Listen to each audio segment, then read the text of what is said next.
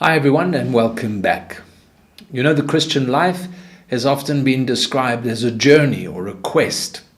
And recently I was watching a documentary of four men that decided to row a small boat across the Atlantic Ocean.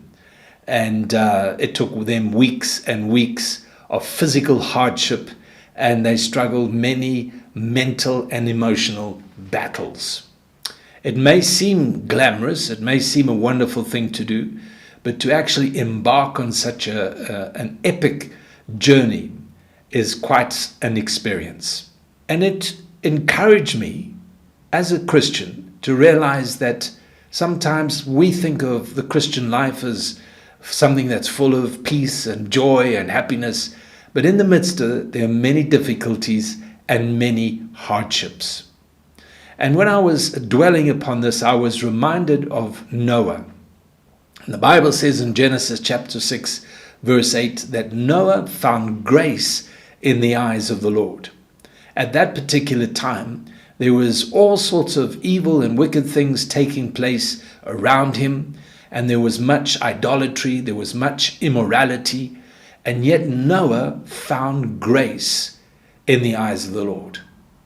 He was looking for something. He was believing for something, desiring something, and he found the grace of God.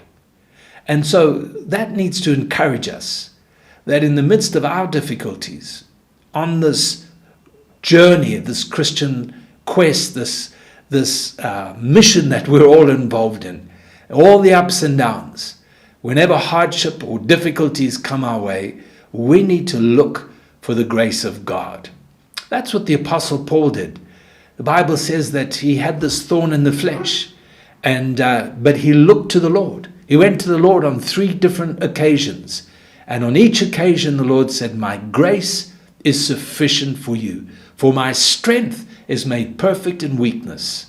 And then Paul says, "Most gladly, therefore, I will rejoice in my infirmities, and that the power of Christ may rest on me." He says, "I take pleasure in my infirmities, in reproaches, necessities, persecutions, in distresses for Christ's sake. For when I'm weak, then I am strong." Paul found the grace of God. So on this journey that you're on the experience that you find yourself in today, let's look for the grace of God and everything that God has for you at this time. May the Lord bless you.